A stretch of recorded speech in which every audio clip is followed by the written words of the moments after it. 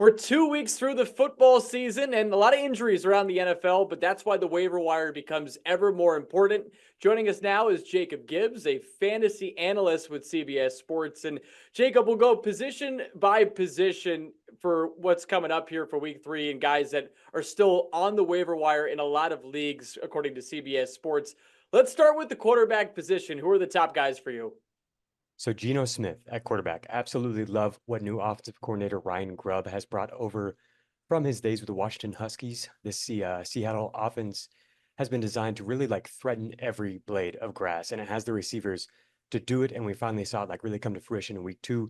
Geno's playing great. I don't know if people realize it, but he really is. In week 2, True Media's charting gave Geno Smith a 0% off target rate, which is the first time since 2021 that a quarterback has attempted 40 plus passes with an average depth of target above 8 yards and not had a single off target throw. So just really impressive stuff from him.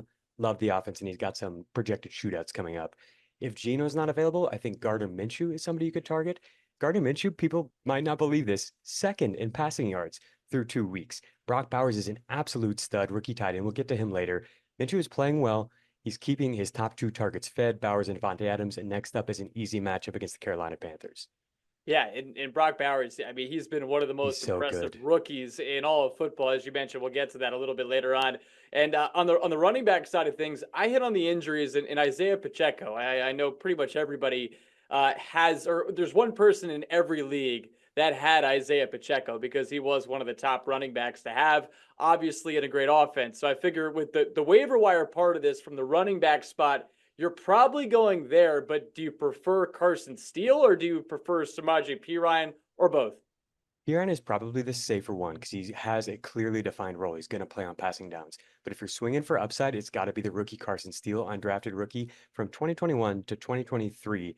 No running back had more yards after contact than Carson Steele at the collegiate level. This guy's a stud. He's so much fun to watch. I loved watching him in preseason. The only concern I have is he could have fumbling issues because he's always fighting for extra yards. He's got that dog in him. I love him.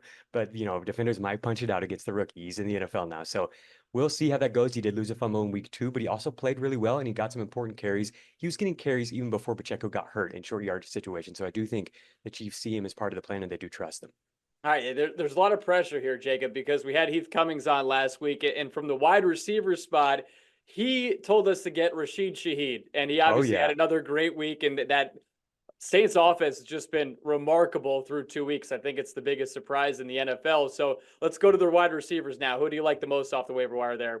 Great call from Heath. No surprise there. So Quentin Johnston, you might remember him as the colossal bust. It's so over after 1 year. Maybe not.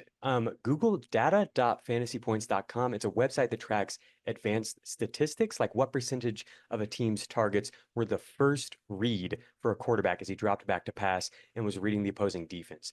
Currently, QJ has the third highest rate of any player in the NFL through 2 weeks. The Chargers are making it a priority to get the ball into the hands of their 2023 first round pick.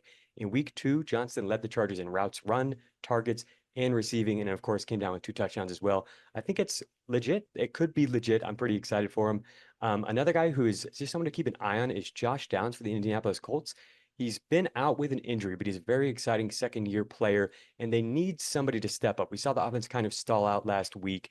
I think Downs could be that guy. He's really good after the catch. Yeah, with Quentin Johnson, just going back to him, it's poetic that he's now being coached by Jim Harbaugh because the game that put him on the map nationally was when he was with TCU playing against Michigan in the college football playoff. So if anybody knows the upside to Quentin Johnson, it's obviously a guy like Jim Harbaugh. So we'll see how that plays out. But yeah, 2 touchdowns last week and the Chargers win. All right, let's go to the tight ends. And I know a Patriot is somebody that you're interested off the waiver wire, right? A Patriot, right? Yeah, can you believe it? 32% target share for Hunter Henry, higher than any tight end in the NFL. The Patriots only produced 149 passing yards last week. So you might be asking, why the heck would we be targeting someone from the Patriots? 109 out of 149 went to Hunter Henry. This is a guy who has some talent. He's played well in the past, and the Patriots are devoid of pass catchers who are going to consistently get open. He's the guy who Jacoby Brissett trusts right now. The next 2 matchups are against zone-heavy defenses that funnel targets to the middle area of the field. So I think we're going to continue to see more short area targets for Hunter Henry. And then another name to keep in mind, maybe not something that's going to help you out immediately like Henry might, is Tucker Kraft for the Green Bay Packers. He's played 86% of the snaps for Green Bay. Last year, Luke Musgrave was the tight end that was playing ahead of him.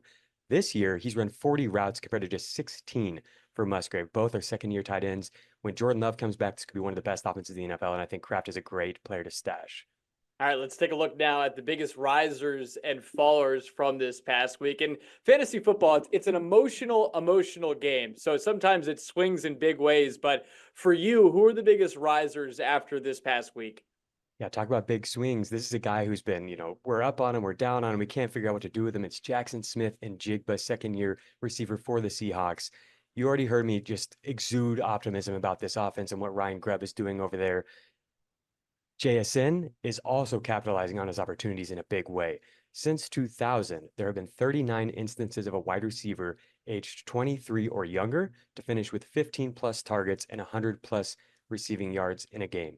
39 instances over 24 seasons. So it's happening about 1 or 2 times per year. We had 2 receivers join that group in week 2. One was Malik Neighbors. Obviously, everybody knows what a crazy game he had. Jackson Smith and Jigba was the other one. He's being used down the field more than we ever saw last year. He really didn't get to run very many downfield routes, but I do think that's a big part of his game. And I do think he's going to be the primary beneficiary of the offensive coordinator change in Seattle. Yeah. Do you want to just get right into Brock Bowers? Yeah, let's get into it because this guy has already been remarkable. And I guess a question for you too, Jacob, is with Brock Bowers, is he somebody that you think could finish as a top 3 tight end this year? I think so. So in 2020, Travis Kelce scored more than 300 PPR points. In 2021, Mark Andrews did it. In 2022, Kelce did it again. We didn't have any elite tight ends in 2023, and most of the tight ends that were drafted high this year have been busts so far. What if Brock Bowers is honestly the elite fantasy tight end that was right under our nose the whole time? So when they scored 300 or more PPR points, Kelce averaged 0.53 and 0.55 PPR points per route run, 0.53, 0.55. Mark Andrews averaged 0.48. Through 2 games, Bowers is averaging 0.52. He came inches away from scoring his first pro touchdown in week 2. If he would have found the end zone on that play, his average would be 0.62, higher than those guys in their massive, elite tight end seasons when they were league winners. He really does look elite to me. I haven't seen anyone who has the power and the fluidity as a mover after the catch that Bowers does. It's like a combination of Deebo Samuel and George Kittle or something, which is obviously a hyperbole, but like he's so exciting. That's where we're at, man. Yeah, and he's been incredible through 2 weeks, and it's hard to believe it's only his first 2 games of his NFL career. All right, let's get to the flip side of week 2. Who are some guys in your estimation that have taken a tumble from a fantasy perspective?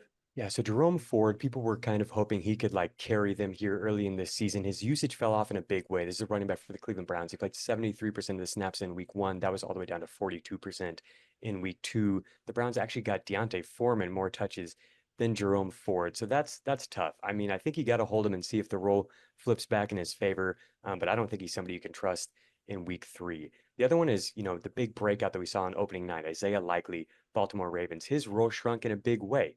He only ran a route on half of Baltimore's dropbacks in week 2. We saw Mark Andrews step up and be a lot more involved. The offense ran through Zay Flowers. It wasn't a big week for Likely, and what was really concerning is just he doesn't get the opportunities. Only running a route on half the dropbacks is just it's gonna be tough for him to produce. And then the third guy, somebody thought, people thought there might be upside with Bengals running back Chase Brown. Year 2 running back Chase Brown has a lot of explosiveness. He's just not getting the playing time. He only played 33% of the snaps in week 1. That dropped all the way to 18% in week 2. It seems like Zach Moss, the veteran, is the guy that they trust in short yardage situations, on third downs, pass blocking for Joe Burrow. I just don't think there's going to be enough opportunities for Brown. All right, guys, and everybody should listen to Jacob because Heath gave us some great advice. So did Dave when we had our preview of the fantasy football season. And just before we let you go, Jacob, where can everybody be able to see your work? Yeah, so if you Google FFT newsletter, you will find everything that I'm doing. It's free, and every weekday I'll deliver all of my research to your email inbox. It's fantasy focused, but really my end goal with the newsletter is to help readers better understand the NFL, better understand what goes into the end product with this game that we love. So in week 2, we saw 2 offenses explode for 40 plus points. Arizona Cardinals, New Orleans Saints. They seem to come out of nowhere, right? But Actually, I've been detailing all of the ingenuity and the fun little wrinkles that these offensive coordinators, Drew Petzing and Clint Kubiak, have been instituting, and we kind of like saw it all come to fruition in a big way.